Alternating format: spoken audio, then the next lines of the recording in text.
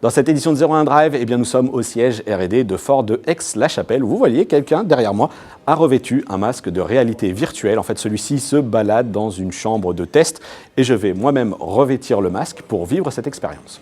Bon alors voilà, j'ai enfilé le casque HTC Vive et alors donc le but de cette chambre, je le disais, eh bien, c'est de procéder à différents tests. Donc je peux me déplacer dans la chambre. Là, j'ai par exemple activé les roues. Donc on peut effectivement voir les roues tourner. Je peux, à l'aide des contrôleurs, activer différentes situations météo. Donc là, eh bien, je simule la présence d'un fort soleil. Donc on voit bien qu'il y a un impact sur la carrosserie avec des reflets un peu de chaleur. Je peux aussi activer cette fois-ci une fonction météo. Enfin, toujours dans les fonctions météo, je peux activer cette fois-ci la neige.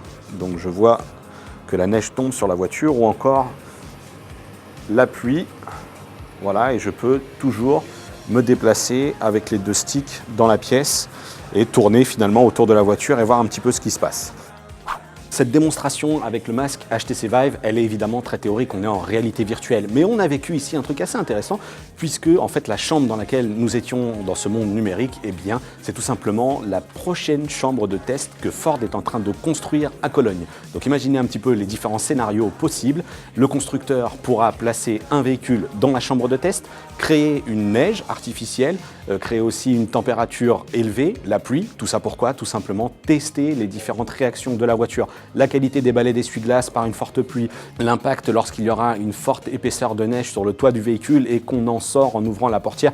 On le sait tous, souvent, eh bien, on se retrouve avec de la neige à l'intérieur du véhicule. Là, ce sera une possibilité de créer tous ces scénarios en situation réelle. Pour nous, ce n'était qu'une expérience numérique, mais assez intéressante toutefois.